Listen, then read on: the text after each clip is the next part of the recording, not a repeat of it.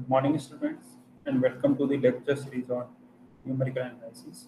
In this lecture, we will study about numerical solution of ordinary differential equations.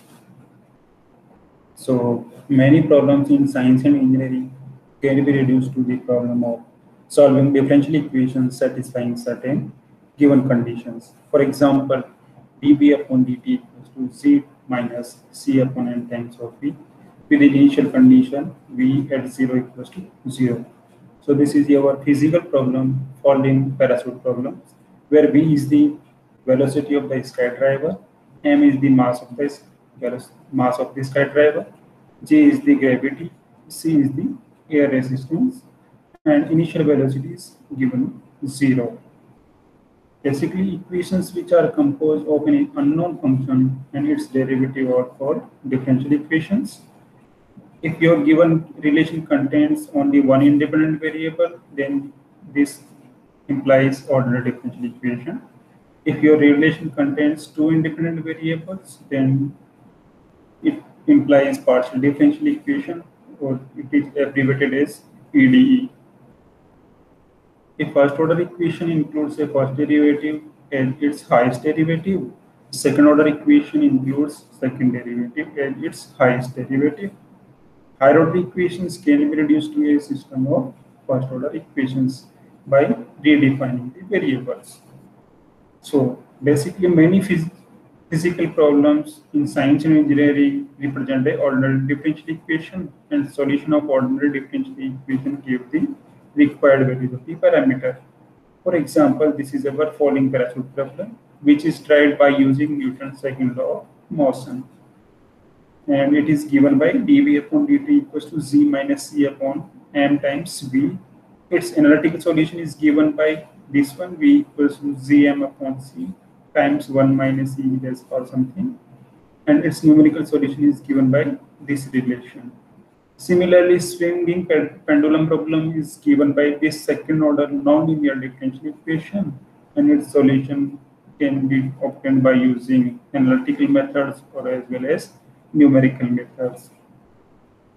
So, to describe various numerical methods for the solution of ordinary differential equations, we consider the general first order differential equation dy by dx equals to function of x comma y. It means slope of the function y is given, which is given by function of x comma y with the initial condition that y equals to y naught at x equals to x naught. Here the function f of x comma y may be linear or non-linear. When the values of y is given at initial point x equals to x0 and the solution is required for this range of x0 to xn, then the problem is called initial value problem, or it is abbreviated as IVP. If y is given at x equals to xn, it means end boundary of the region, and the solution is required for this range x0 to xn, then the problem is called boundary value problem. It means for the given differential equation, this equation is of first order, so for the general solution we need only one condition. If this condition is given at the initial point x equals to x0, then our problem is known as the initial value problem. Now, there are various numerical methods for the solution of the ordinary differential equation. Out of them are as follows: Taylor series method, Picard's method, Euler's method, modified Euler's method, Runge-Kutta method, predictor character methods, Adams-Moulton method, and Milne method. So in this lecture, we will study about the Taylor series methods and Picard's method. So first one is Taylor series method. So we considered the differential equation dy by dx equals to function of x comma y with the initial condition y at x0 equals to y0. It means initial value problem is given. Now, if yx is the exact solution of this equation number 2, then the Taylor series for this yx around this initial point x equals to x0 is given by yx equals to y0 plus x minus x0, y0 prime plus x minus x0 square upon 2 factorial, y0 double prime plus, and so on. So this is our Taylor series expansion of this exact function yx around the initial point x equals to x0. Now, if the values of y0 prime, y0 double prime, y0 triple prime are known, then equation 3 gives a power series for y. So basically, your Taylor series method gives the solution of the given differential equation in terms of power series solution. All right. For example, Taylor series find the value of this y at 0.1 correct to 4 decimal places if yx satisfies this differential equation y prime equals to x minus y square with condition y at 0 equals to 1. So this is our initial value problem. So that Taylor series for yx around x equals to 0 because here x not equals to 0. Initial point is 0. So we expand our yx around x equals to 0 and its expansion is given by this relation yx equals to y0 plus xy0 prime plus x square upon 2 factorial y0 double prime and so on.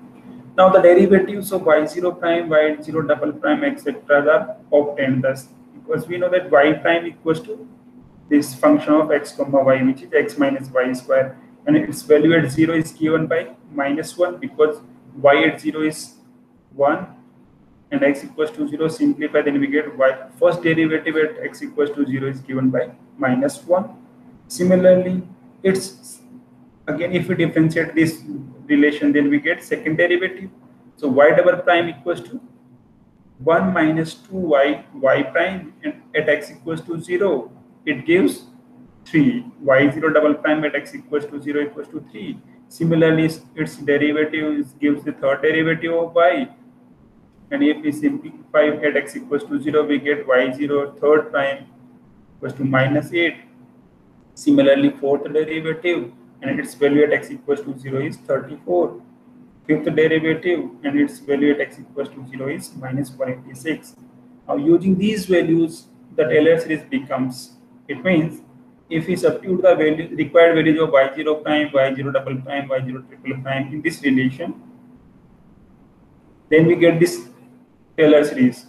Now to obtain the value of y at 0.1 correct to 4 decimal places, because we are asked to evaluate the answer up to 4 decimal places, it is found that the terms up to x ki power 4, it means up to this term, should be considered. It means we consider only 5 terms, and this is our 6th term. So we truncate this series up to x ki power 4 and we neglect the higher order terms because 31 upon 20 times x ki power 5 is less than 1 upon 2 into 10 ki power minus 4.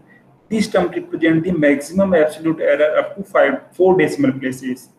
So it means if you truncate your series up to n decimal places, then your maximum absolute error will be 1 upon 2 times 10 ki power minus n. You required answer your up to 4 decimal places. So this terms 1 upon 2 into 10 ki power minus 4 times gives the maximum absolute error up to 4 decimal places.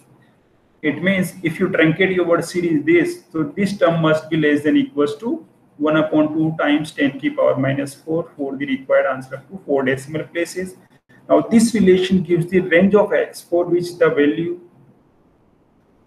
if this term gives the value of x for which these terms give the answer up to 4 decimal places. If we simplify this term, then we get x is less than 0.126. Our point x equals to 0.1 is less than this term. So it means our point x equals to 0.1 is less than this term. So if we put y equals to 0.1 in this relation, then we obtain 0.9138. It means truncated after this term, before this term, right? If we simplify, then we get 0.9138. So keep here in mind, because this relation gives the range of x for which the truncated series gives the answer up to the required accuracy, right? Now next method is Picard's method of successive approximations. Integrating the differential equation which is given in equation number 1, we obtain y equals to y naught plus integration from x0 to x function of x comma y dx. Now equation 4 in which the unknown function y appears under the integral sign is called an integral equation, because here y is the unknown variable here which comes under the integral sign. So therefore this relation 4 is known as the integral equation. Such an equation can be solved by the method of successive approximation, in which the first approximation to y is obtained by putting y0 for y on the right hand side of equation number 4. It means if we substitute initial value here, which is given y0 at x equals to x0, and simplify this relation, then we get the first approximation to y, which is represented by y suffix 1 in open bracket y0 plus integration from x0 to x f of x comma y0 dx. This is our first approximations to y. Now again, if we put the value of y at here, y0 is replaced by the first approximation y1, and if we simplify, then we get the second approximation to the y. It means the integral on the right hand side can now be solved by putting the value y suffix 1 for y in the integrand of equation number 4 to obtain the second approximation. It means y second operation equals to y0 plus integration from x0 to x f of x comma y suffix 1 dx. So proceeding this way, we obtain the third approximation, fourth approximation, n minus 1th approximation, and nth approximation, and this is given by this relation. This is our nth approximation of y, which is y0 plus integration from x0 to x, x comma y n minus 1th approximation dx, with the y initial approximation is y0, right? So this is our Picard's method. Let's see its application. Given the differential equation dy by dx equals to x square upon y square plus 1 with the initial condition y0 equals to 0 when x equals to 0, use Picard's method to obtain y for x equals to 0.25, 0.5, and 1.0 correct to 3 decimal places. So we have now by the Picard's method y equals to y0 here, y0 is 0. So 0 plus integration from x0 to x, x0 means 0 to x. This is our function of x comma y. So this is fxy dx. Now say first approximation, we put initial y suffix 0 equals to y0, which is 0. We obtain the first approximation. So we put y0 equals to 0 here. Then we get integration from 0 to x, x square dx is x cube upon 3. This is our first approximation to the y. Now second approximation y2. It means now we put this y1 in the function of xy in this one. It means this y square is replaced by first approximation y suffix 1, which is 1 upon 3 x cube. So now this integrand becomes x square upon 1 upon 9 x to the power 6 plus 1 dx. Now if we simplify, then we get tan inverse x cube upon 3, and its expansion is x cube upon 3 minus x to the power 9 upon 89 plus and so on. Now so the first approximation y and second approximation y2 agree to the first term, because here first term is x cube upon 3 and here first term is x cube upon 3.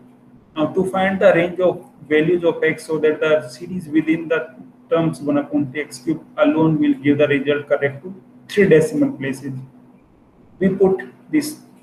It means if it consider only first term, so we truncate this series after first term, then this term gives the truncation error, and this error must be less than equals to the absolute error up to 3 decimal places, because we need answer up to 3 decimal places. So maximum absolute error will be 1 upon 2 times 10 to the power minus 3, and this must be greater than equals to this term. Now if we simplify this, then we get x is less than 0.7. It means this relation gives the range of x for which the first terms give the answer up to 3 decimal places. So it means if your value of x is less than equals to 0.7, then the first terms will give the correct answer up to 3 decimal places.